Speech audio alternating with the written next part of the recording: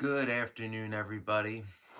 Long day for me, a little later than I wanted to get on here, but I had a conference call with my modeling mentor because, this whole semi-freelance thing where I apply for my own jobs and I have all these websites, and 90% of these websites are for acting jobs, which I am not. So, you know, we discussed what agencies would most likely take me on that are New York based, and I had a long day making special resumes and applying. I did get 2 in. I've got 3 more to do. So, but that is good because, you know, I do well with agents. I did last time because I show up when I'm told, early in fact. So, which apparently in the modeling industry is not, it's less common than you think it would be. But fiery MS background. On time is late, early is on time. Yeah, that was part of our motto in the academy. Regardless of that, I see there's some new people here, so welcome to the channel. Today, something a little different. I want to talk about some personal integrity, some things that I've observed that upset me, and it should upset you too, particularly certain people of my age group. Now, this video may not make sense to you if you are not within this group because it is an informal group, and when I describe it, you will know if you are a part of it or not. I certainly am. And I've seen some articles and a few instances I've seen locally here, although again, locally, not the best place to gauge what's normal, but it's really bothering me how there's been a lot of bullying and harassment of children of LBGTQ parents. And I'm going to say gay for the rest of the video because I struggle to say all the letters. It's just a tongue twister for me. I mean no disrespect, but for whatever reason, it's just phonetically hard for me to say. And, that really shouldn't be in this day and age for many reasons. Obviously, progressive change has happened, gay marriage became legal, and bullying and hazing culture, for the most part, is not tolerated in most areas, although it still exists. I know that. And, you know, good old boy has become, rightfully so, a pejorative. So where am I going with this? What people in particular should be standing up for these children? Ideally everybody, yes. But there is a certain segment of adults now, people in places of authority, teachers, principals, cops, firefighters, nurses, doctors, lawyers, you name the respectable position, actors, models, people with a lot in politicians, that should be speaking up more than anybody. Now, why is that? Well, because we know, all the things that the anti-gay community is saying about gay parents is untrue. And you might think, well, wait a minute, adults, it hasn't been that long now where it's become commonplace for gay couples to adopt. I mean, sure, back when I was a kid in the 90s, you saw it maybe in California and among the very rich and celebrities, but it was certainly not commonplace, during my childhood in the late 80s and the 1990s. Fortunately, things have changed for the better, and many children that need good homes are getting them. People seem to have a problem with that. But again, who specifically should be speaking up? People like me. Why me, you say? I am not a member of that community, merely its supporter and ally. Ah, yes, but I am the perfect example to prove that everything that the anti-gay community says about gay parents and gay couples being involved with children is a lie. And if you are fit into the same category as me, you should be speaking up too. And what I mean by this is those that were kids in my era, in the 80s and 90s, we have uncles and aunts of the gay community. And, usually, at least back then, because of the persecution and stuff, that community was very tight-knit.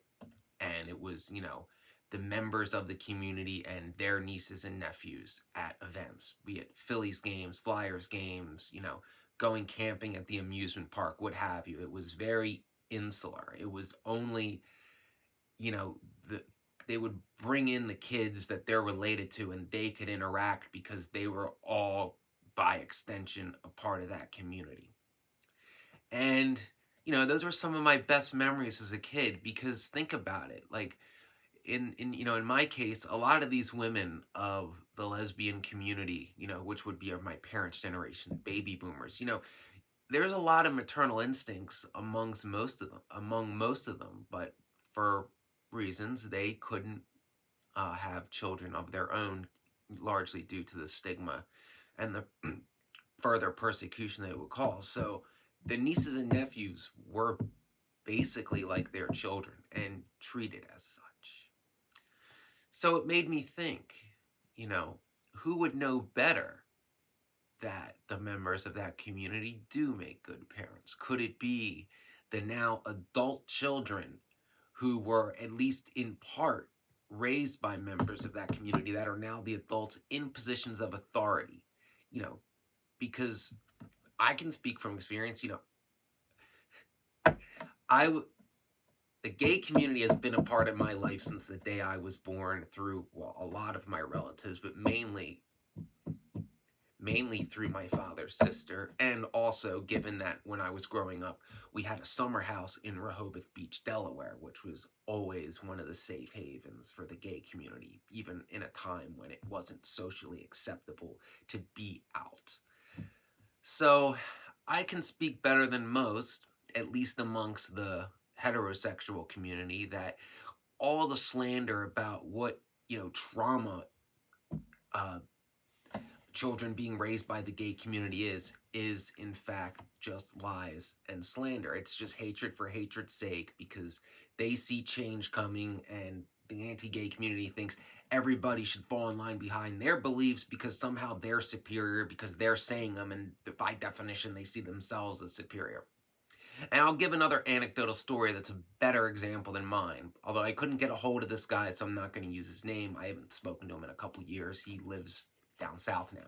But one of my aunt's closest friends, his nephew, or sorry, her nephew, he is the poster child of how, you know, being raised by his aunt, who is a lesbian, actually saved his life.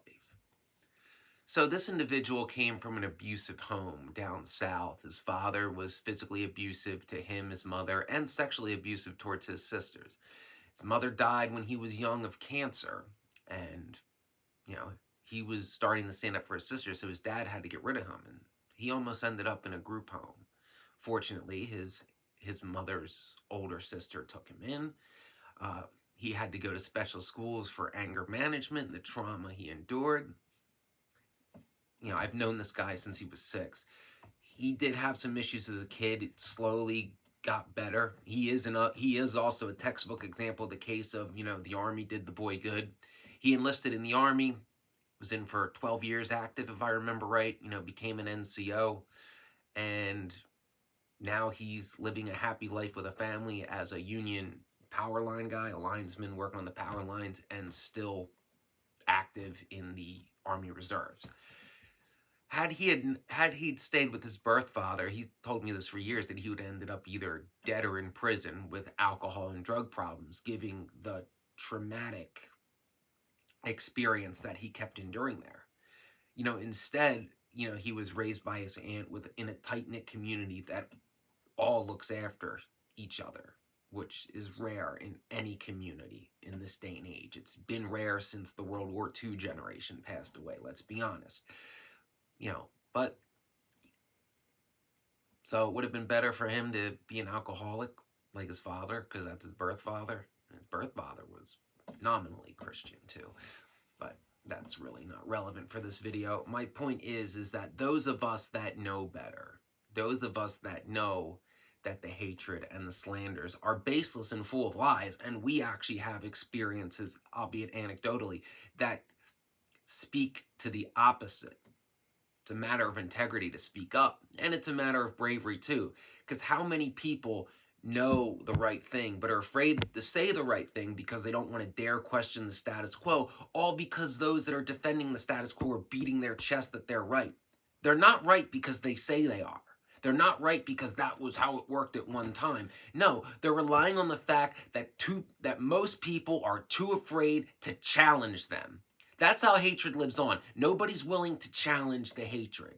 It takes people that are willing to speak up, to challenge it, to make their experiences public. That is what affects change. You know, be it the suffragette movement, be it the civil rights movement, be it even with individuals, be it Amelia Clark speaking up about what you went through on the first season of Game of Thrones, be it me speaking up about what happened to me in the fire academy. Just me, I'm a nobody. And yet that changed, not just in that fire department, but for the IAFF, that's the firefighters union, as a whole. So change is effective when one is brave enough to speak up, to face the retaliation, to do the right thing and say, I'm doing the right thing at all costs. You know, I have the truth on my side and I'm going to speak it and no one's going to stop me. And that is what people my age, you know, the nieces and nephews of the gay community, of the boomer gay community need to do for these modern children that have two parents of the same sex. We need to be there for them because we in effect are the prototypes to them. So if you are of that community that I was growing up, it is your duty to speak up when people go after these kids and their parents. It is your responsibility because no one else will, and you have the truth on your side. What would you rather do? Have integrity and do the right thing, or sell out merely to please someone defending the status quo because they're most likely of the good old boys club? The decision is yours, but you have to trust your intuition about what you must do, and you have to decide, you know, what's the price of your integrity? Thank you for making it to the end. This is a very important video. I hope it gets the message out. This is a message that needs to spread all over the place because I don't like to see any children being bullied, but this one especially hit home for me. Please like and subscribe, hit the notification button to be aware of future videos. If you want to support the channel, you know there's links to send a tip. If you want to support, you know, my endeavors without spending any money, follow me on Instagram because apparently that's like super important in modeling now, and it wasn't in the old days.